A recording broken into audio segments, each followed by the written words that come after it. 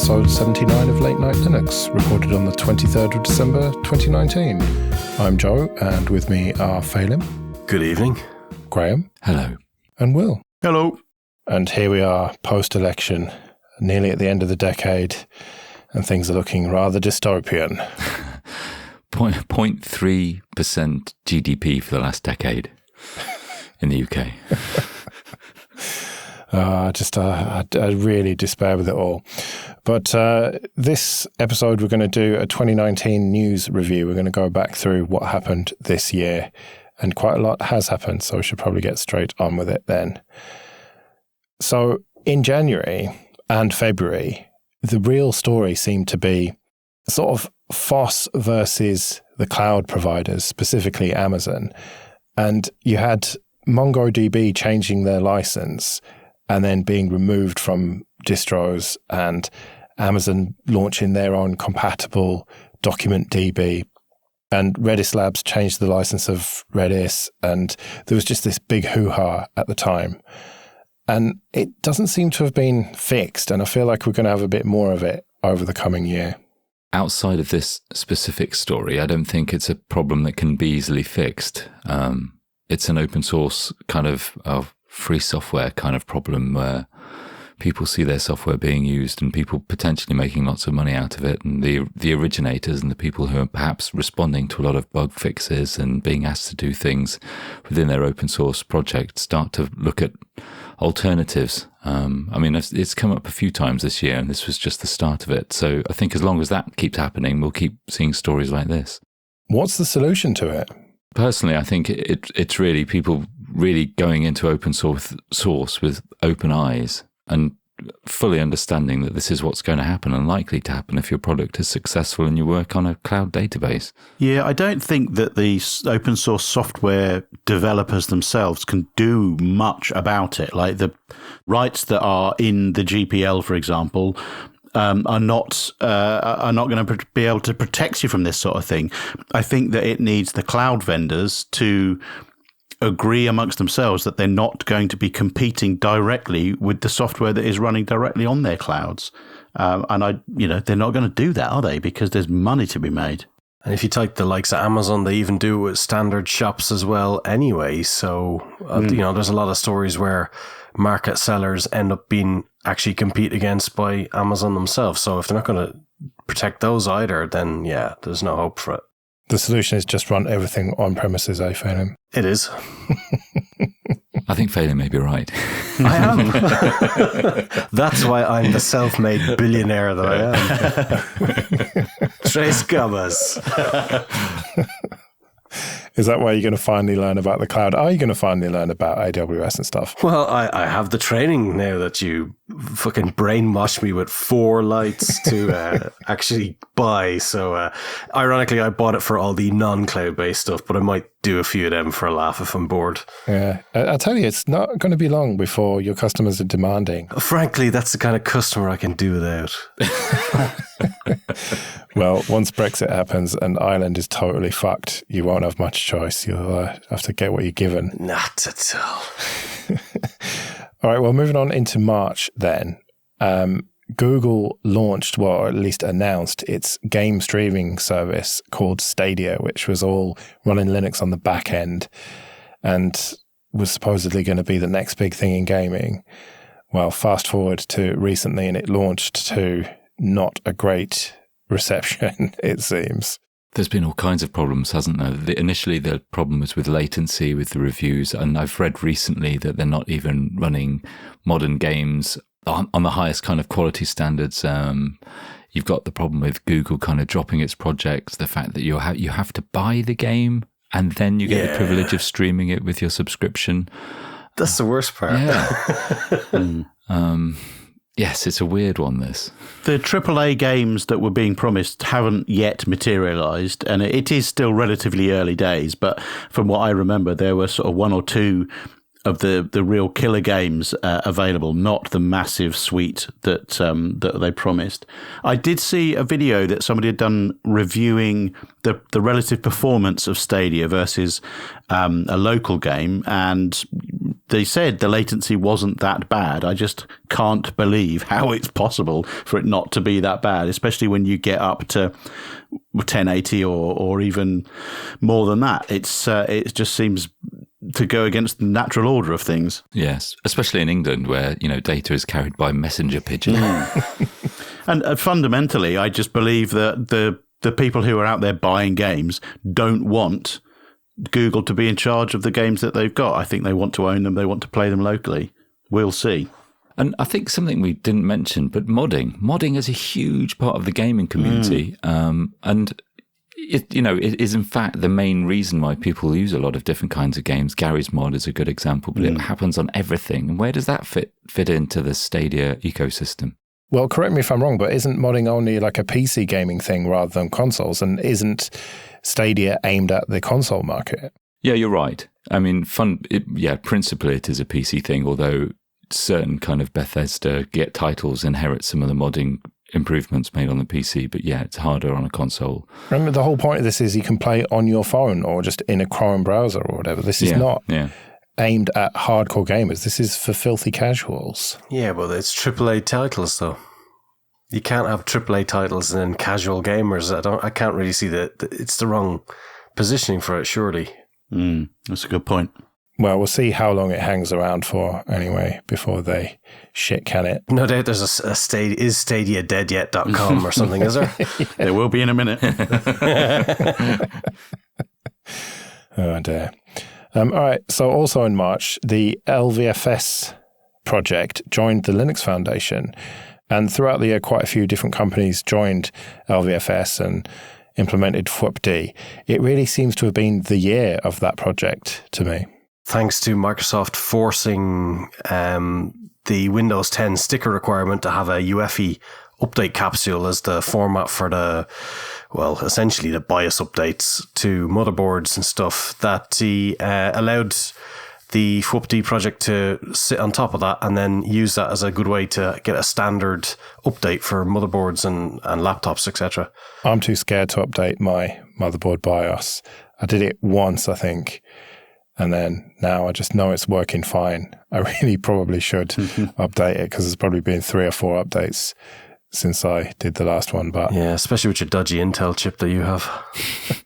I think LVFS is really useful when it comes to firmware updates in things like keyboard controllers, where, without the firmware update, your keyboard keystrokes are completely unencrypted.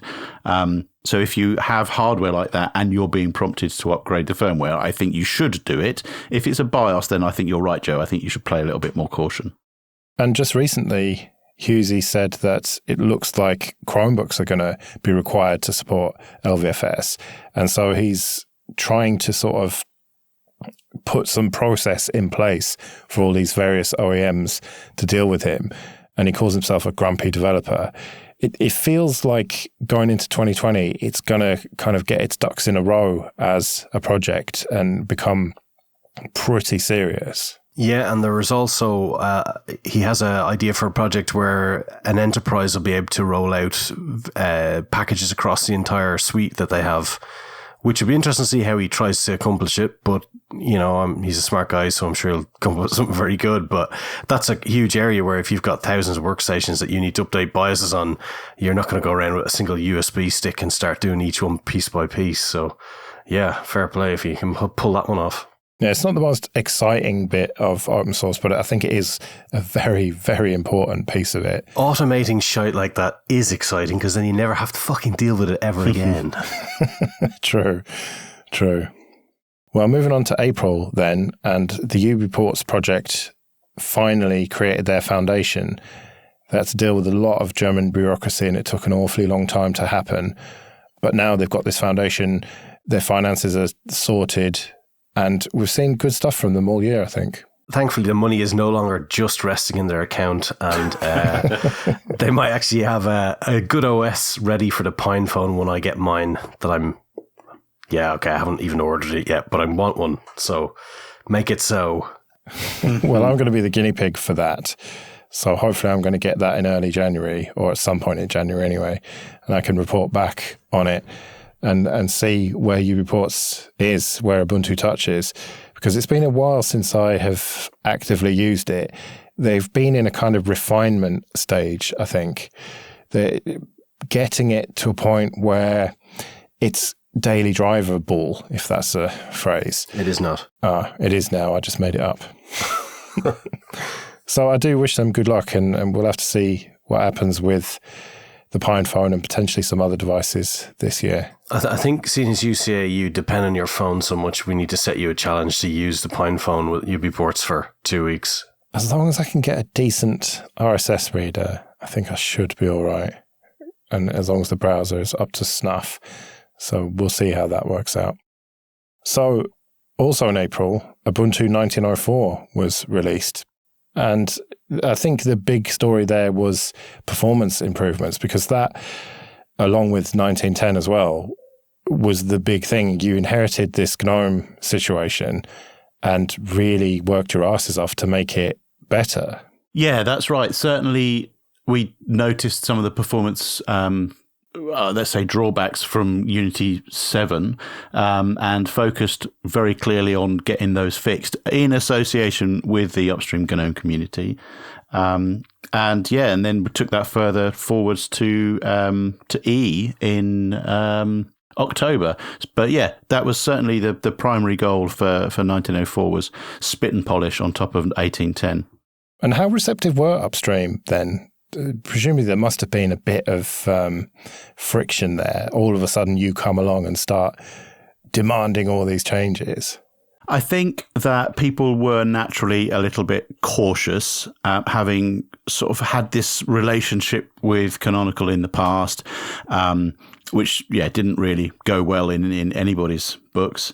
They were a little bit cautious about us coming along again and perhaps trying to stamp all over the work that they were doing. But I think we learned from our mistakes the first time around and were much more open about the way we were doing things, the reasons we wanted to do them, and made a real concerted effort to be open about our contributions to GNOME and to make sure that we took a GNOME first, upstream first approach wherever that was possible. And that, I think, has paid dividends. I think the relationship is better than it was before. Yeah, and Fedora has improved as a result of it as well. Those upstream changes have benefited both distros and indeed other distros that use GNOME. And that was kind of the hope. I remember when Shuttleworth dropped the bombshell that Unity 8 was no more and that you were moving over to GNOME, we all kind of hoped that it would mean the Ubuntu team working on GNOME and upstreaming as much as possible. And it sort of has panned out, which is pretty cool, really. Yeah, it really has. The GNOME developer community is still a relatively small number of people. And so I think that by bringing the Ubuntu developers into that community, we were able to make a measurable impact, an immeasurable improvement. And I think that has continued. And hopefully we've sort of shown the way to other people who were thinking about it. And maybe we've attracted some more developers. I say they have attracted some more developers. Okay, this episode is sponsored by DigitalOcean. Go to do.co/LNL and get $50 credit with 30 days to use it. DigitalOcean offer VMs, or droplets as they call them, with full root access in data centers all around the world with super fast networking and super fast SSDs.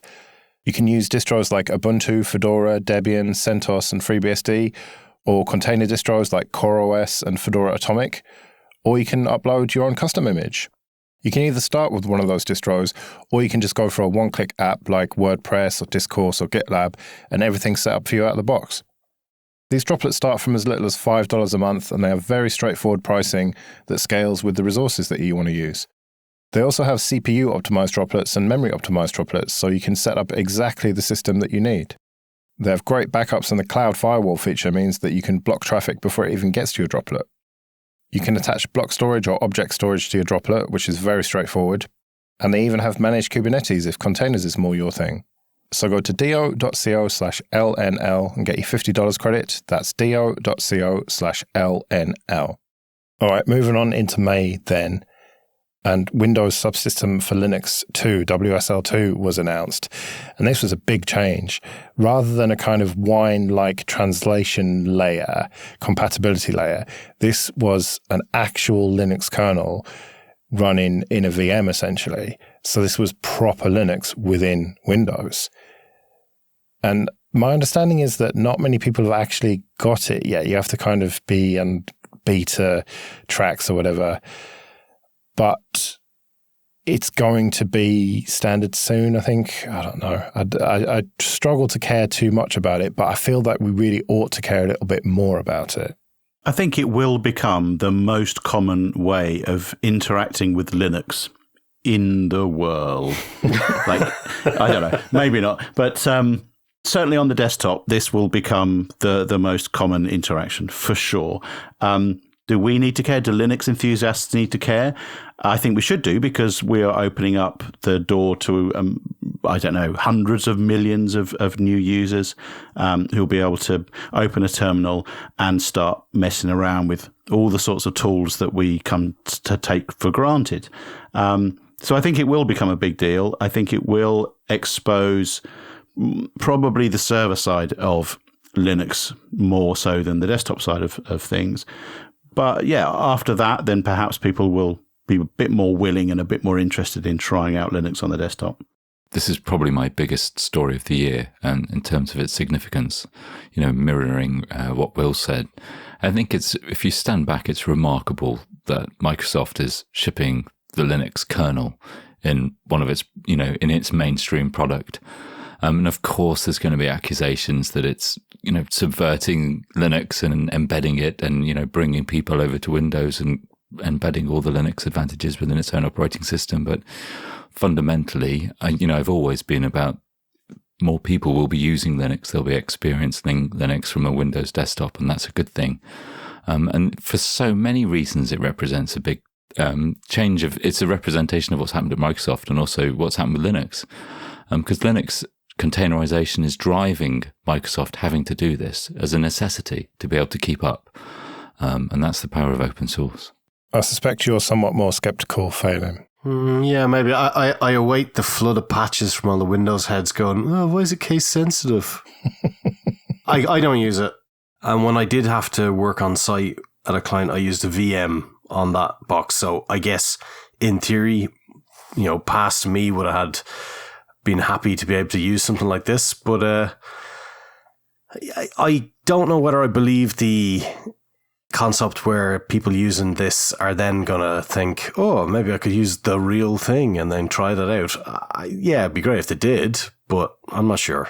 But isn't the real thing that VM on Azure or AWS that they're SSH'd into? Sure, but they are using a Windows workstation, which they could, in theory and in reality, use a Linux one for, because if all their dev tools that makes the company money sit there in Windows land, in Linux land, bar logging onto the domain with Active Directory, then I don't really see why they're using a Windows machine in the first place, but maybe that's just me. But I don't buy this argument that it's going to prevent people from moving to Linux, because they just wouldn't have gone there anyway. Well, they would have had to have done something to get their dev environments up and running. So they would have been using something like Cygwin or VirtualBox or whatever. And I don't think this particularly helps us, but maybe I'm totally wrong. I'm just being cynical. I don't know. I've got a bit of Joe-itis. I think Cygwin has done more to damage the relationship of Windows users with Linux than anything else in the world. It's a better bash prompt than using fucking putty. Fucking putty and its shitty SSH management. I fucking hate it. I do think, though, maybe I don't want to drag on this conversation too long, but and Phelim will know better than I, but I feel like there's a whole world out there of people using Windows every day for their proprietary stuff that we just don't even know about because we've been trapped in this bubble for so long. And anything that kind of encroaches on their awareness that there might be another way of doing something is a good thing. Yeah, that's fair enough, I suppose. Stop being so optimistic. I'm so pessimistic, I've forgotten what the word optimistic is. I'm lying in the gutter, but I'm looking at the stars. I I'll send you a few euros, Graham. You can stitch them into a blanket. No, I'm thinking of becoming a Tory. Fuck you all. Moving on into June then, the Raspberry Pi 4 was released, and this was a serious step up because since the 2 and 3, they were kind of faster, they were iterative, whereas the 4 is a new system on a chip. You can get 4 gigabytes of RAM. It's the real deal. This is the first Pi that is seriously powerful, I think, and can run a desktop to the point where you can actually use it to get stuff done. And cook your breakfast on it. Yeah, yeah. Well, it's the first Pi that needs active cooling, I think. And even with the various firmware updates and stuff, I've got my little fan case and it works perfectly well. It has a horrible fucking whine to it, but you just stick some headphones on and, tune it out. But Phelim, you haven't got a 4 yet, have you? No, I would love one, but I realistically don't need one. But yeah, quite honestly, the thing I get it for is network speed, because to get proper gig Ethernet off the thing would be fantastic, especially if you have a hard drive at the far end of it or something like that, where you just want to have something out in the shed in case the house goes up or something. I don't know. Yeah. But Will, you bought one recently, didn't you? I did. I avoided it at the start because, well, for similar reasons to Phelim, I just didn't feel like I needed one. Like the extra horsepower wasn't necessary in the sorts of jobs that I was running on a Pi. But then I wanted to play with ARM64 a little bit more and try some ARM64 binaries. And so, yeah, the Pi 4 with Ubuntu on it seemed like a logical choice. And yeah, I mean, it's great. It's a great piece of hardware, but I'm not really stressing what it can do. And I'd be interested to know what sort of uptake Raspberry Pi saw on the 4, especially at the higher end, because by the time you've added the SD card and the special cables and, the official power supply, it's nearly £100 for one of these things. I just have to believe that most people are happy with a 3, that a 3 does most things for them, and they probably don't really have any use cases left for a 4. But I don't know, maybe I'm just not getting it. I think you might be right, because the 3 is powerful enough for almost anything headless, unless you want to start running a load of containers on it or something, if you want to multitask, essentially. If you're only looking to use each Pi for one particular network service or whatever. Like, I've heard of people using a Pi 4 to run Pi-hole. I mean, that is fucking ridiculous. You can do that on a 0. So I think it only really makes sense if you're going to try and use it as some sort of desktop, but then it doesn't make a huge amount of sense, or you're going to run multiple things on it. Like, you're getting into the territory where you could run Plex on a Pi 4 pretty easily, and Pi-hole, say, and maybe a Samba server, and you're pretty much going to be all right as long as you haven't got loads of people using the Plex server, or some other less proprietary or not proprietary media server. I know I can see you twitching or feel you twitching, Phelim, at the thought of Plex. There is nothing wrong with LibreElec and Kodi. It's a very, very capable system. Yeah. Well, let's say that then. Just pretend I didn't say Plex. All right, then. I think there's another side to it that, for example, I've got a thing that I was porting from, it ran in a VM, and I was porting it to run on an old Raspberry Pi. And now I don't have to worry about that with the Raspberry Pi 4. I can basically turn what was a desktop app or a command line tool that was built for x86 and run it on a relatively high-powered IoT platform without having to worry about optimizing it and rewriting everything in C. And that's really good. That opens up all kinds of possibilities. I also really wonder how they've done it. I mean, I remember when Ben Everard and I spoke to Eben Upton, I think it was before the Raspberry Pi 2, and we asked him about new versions, and he said, categorically, we can't increase the RAM and we can't increase the CPU because it's just impossible to build the silicon on top of the connections that we've already got, especially for the RAM.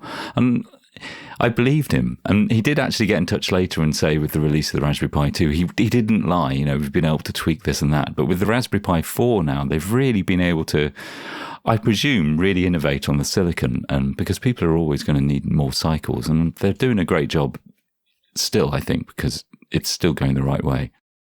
On to a bit of admin then. And first of all, thank you everyone for supporting us on PayPal and Patreon. It is very much appreciated.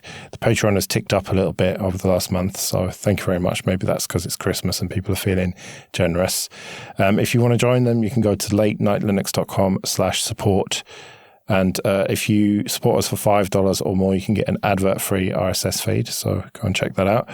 If you want to get in contact, latenightlinux.com/contact. This episode is sponsored by CDN77. Go to cdn77.com. And they are a UK-based CDN provider with an end-to-end video processing and delivery platform as their standalone product called Streamflow. They sponsor a bunch of great open source projects like CentOS, KDE, Fedora, Gentoo, and Funtoo. And one of their standout clients is the European Space Agency, who use CDN77 to deliver Hubble images all around the world. They're a real innovation leader. They were the first CDN to implement a lot of new features like HTTP2 and Brotli compression. And they don't outsource anything. Everything's developed and managed by their own team, including their own DDoS protection. And they can push 80 gigabits per second of live streaming through just one machine through their optimizations. All their servers are running Debian, and the vast majority of them are physical machines with an overall network capacity of more than 14 terabits per second. And they've got 35 points of presence in North America, South America, Europe, Asia, and Australia, with daily peaks regularly exceeding 5 terabits per second. They've got great 24/7 live support and flexible pricing with both great value monthly plans and pay-as-you-go options. You can get a 14-day free trial with no credit card needed. And if you do stick with them after that, you can get a 40% bonus if you mention Late Night Linux to sales or tech support. So, for example, if you topped up by $1,000, you get $400 on top of that. I hosted the MP3 for an episode of the Joe Rest podcast on CDN77, and it was really easy to set up and link to it, and I had no complaints about the speed from anyone. So go to cdn77.com and start delivering new content. So I'm moving into the proper summer months, and it gets a little bit quiet, and my day job gets a bit hard scratching around for news. But in July, Fuchsia got a website. Fuchsia, of course, is Google's other bet when it comes to an operating system. Maybe it's just for mobile.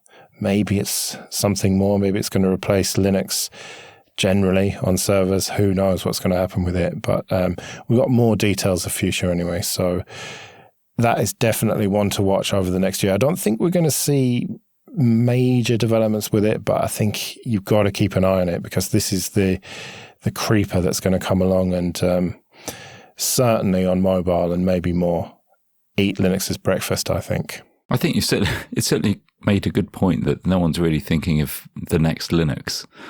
Linux kind of came about because of all those happy accidents, and there isn't the opportunity perhaps within the project itself to completely re-engineer another product based on what you've learned from the Linux kernel, which other companies have and can take advantage of. Yeah, and it's going to be that open source that Google likes to do, I suspect, chuck it over the wall, permissively licensed, that sort of thing. So we're not going to have all the GPL goodness and open development that we have with Linux. But I think it is inevitable. I don't think Linux is going to go away, but I think Linux could end up like the old Unix systems in a way. I mean, there are still some ancient Unix systems in production, but anything new is going to be Linux-based these days. But maybe not for long. We'll see. Well, it's just the sheer breadth of people involved in actually getting a Linux distro out. Like the amount of patches that come in, and no company can replicate that. And who is going to contribute to a thing that Google develops like that? Anything that you contribute to that is just going into a black hole essentially, and you're not getting the same feedback, the same community, and all that. And that's where I think Linux wins hands down, because just the sheer effort of work that goes in is pretty staggering. And it's not all about just mobile phones and crappy Chromebooks. Excellent Chromebooks, actually. I'm quite pleased with mine. I know you wouldn't touch one, but I'm pretty pleased with it. All right, moving on into August, and I couldn't not mention XFCE 4.14. Huge release. It's not funny. I'm still shocked. The amount of features, I had to lie down. GTK 3, it's, it's proper modern now, just in time for GTK 4 next year. But, honorable mention for that anyway. And then also exFAT in the Linux kernel. Microsoft allowing exFAT to finally be free to some extent. Yes, another sign of glasnost or another cynical marketing campaign by Microsoft? The second one. A sign that Microsoft have changed. They've realized the power of open source. Now, I think it's them trying to buy goodwill in our community, because it always kept coming back to that, exFAT patents, charging people for Android phones and everything. Whereas now that is an argument that you can't really use anymore for current Microsoft. You can still use it for the historical Microsoft or whatever, but historical as in what, all of 4 months ago, yeah? yeah, exactly. Oh wow, they've changed, man. We'll see. It seems to me, and I keep saying this, that they've realized that's where the money is. And so they're going to keep going with open source and Linux, and ultimately we're all going to benefit. Uh-huh. All right. Fair enough. I think the man in the street Linux user is going to benefit. But yeah, if we scratch beneath the surface, yes, there are money reasons for doing this, but I think for the majority of bog standard desktop users, this has got to be good news. So get it while it's good. Yeah, exactly. Moving into September then, and there was one story that dominated, and that was Stallman. Finally, all the shit that he had said caught up with him, and it seems there were enough people who were new to free software who looked at some of the, quite frankly, fucking appalling things that he said over the years. And it all came to a head with the Epstein thing and some comments that he'd made that are sort of related to that whole situation. And some people said that he'd been misquoted and whatever, but it doesn't matter. Just look through his archives. It's still there on his website. Him saying that, it's okay as long as kids are interested, as long as they consent to it, just not understanding basic fucking principles of children not being able to consent and stuff. Just, not only that, just some of the other stupid shit that he said. And I think that we're just better off without him on the scene, quite frankly. We haven't heard anything really since. So he resigned from the FSF and from MIT, but refused just didn't resign from GNU. And there were some GNU developers who were not very happy with that. I just think we're better off without him. I'd have to agree, yeah, for sure. You can't defend the indefensible, so... Yeah, and just because you do some good things doesn't mean that you are above decency and completely infallible. And stick to your fucking subject. Stay in your lane, as it were. Yeah, thank you. I have the flu. Yeah, talk about free software and privacy and stuff. Don't talk about politics and that, because you're just going to get in trouble. Hang on, isn't that what we do on every episode of this? Yeah. No, except us. Yeah, I'm sure that anyone who thinks Brexit's a good idea or supports the Tories has stopped listening a long time ago. Shame. We'll miss them. And there was me thinking I was going to start a podcast called Libertarian Linux. Oh, man, you do not want to do that. Come on, let's do it. Gun control. Yeah. Anyway, let's not get into that. So in October, Ubuntu 19.10 was released. We talked about that earlier, but that was your last release at Canonical. You have left the building, Will, and we spent a whole episode talking about it, so we don't have to rehash it too much. That's right. Sad to leave the team. I've been there for 5.5 years, I think. So yeah, I really saw the team as my friends, and people like Popey and Wimpy were my friends there, and Graham, and lots of people that I worked with for a long time that I continue to miss working with every day. But yeah, the time was right, and I'm happy to be working on new things now. Yeah, go back and listen to the episode we did about it if you want more details on that. So in November then, the big story was Google giving Chromebooks an extra year of support, at least for me, because it finally made me pull the trigger on buying the Chromebook because I knew I'd get a couple of years out of it. And we've seen quite a lot over this year of Google taking Chromebooks more seriously and more convergence with Android. And as I said when I talked about that Chromebook on the show, it is by far the most popular or the most widely used Linux desktop, which is what it is. It's got a Linux kernel. It's a desktop. It's a fucking Linux desktop, despite all the people who I trolled quite successfully on that episode. It seems like the three of you don't really care very much about Chrome OS, though. I kind of do, but I worry, I can still turn on my Amiga and it works, even though Commodore no longer supports it. And, I worry about the state of the future when we all have to be grateful to Google for adding another whole year support to one of its products. Is ChromeOSdead.com? Seems very unlikely. I don't get the whole reason for a Chromebook. If you're not into the whole give your whole life to Google and let them know wherever you are and when your next bowel movement is, if you're not into that and you buy yourself a Pinebrook Pro, you've got a laptop, a proper full laptop for in and around €200 maybe, with tax and delivery, etc. And then you've got a proper machine and you don't have to depend on a cloud-based behemoth that's trying to market the fuck out of every single bit of you. So no, I'm not really into Chromebooks. Fair enough. So in December, Canonical announced Ubuntu Pro for AWS. We talked about that fairly recently, so we don't need to talk too much about it now, but I think that is massively significant in terms of Canonical nearing the IPO. And I think, Will, you should have hung around a little bit longer. You could have probably cashed in. I don't know what the deal is over there, but I think it's coming pretty soon, this IPO. It'll probably be in pound sterling, so, worth nothing. Yeah, probably. And finally then, a bit of news that has happened since we last did an episode, and that is that Microsoft Teams is now available on Linux. This is an Electron app, and they say it is the first Office application available on Linux. This is also huge.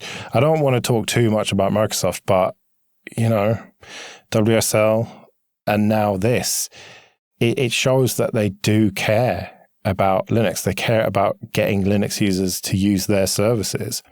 And I strongly suspect that you'll be able to use Word and Excel and stuff, and probably Outlook by this time next year on Linux. Hilarious revelation is the fact that I actually had to use Microsoft Teams about 2 weeks ago installed from a snap, and it worked perfect, and I was able to talk to everybody, blah, blah, blah, and I was able to get rid of it afterwards, no problem. So you're the only one of us who's actually used this. Yeah, so ironic there. But I think the more prevalent factor is not the fact of how much Microsoft loves Linux, is how the fact that Linux is so important that they have to actually provide their software for it. There you go. Ha ha, think of that one. I'm all upbeat now. Yeah. Well, what a nice upbeat thing to end on, that we've won. I think once you get all of Office natively, well, okay, Electron, whatever, but available for Linux without ugly hacks, well, Electron. But anyway, once we get that we fucking won, haven't we? Well, apart from the lack of users, yes. Well, the users will come. And once we get Adobe, I think if we had all of the Office suite and then all of the Adobe stuff, that would be, that's the time to have a proper party, I think. But I don't think we'll see that next year. Who knows? But that'll do it then for this one. Next time we will be doing our predictions. We'll be looking back at our previous predictions. And I've had a sneaky look at it, and I'm looking pretty good, I reckon. Pretty confident going into it. Yeah, me too. Totally. That whole AWS thing. Yeah. Well, We'll see. Anyway, so that's it for this decade. I can't believe it. We'll be back in 2020. Although, actually, it's not a new decade because it went from 1 BC to 1 AD. So whatever. Shut up, pedants. It's a fucking new decade. So until then, I've been Joe. I've been Phelan. I've been Graham. And I've been Will. See you later.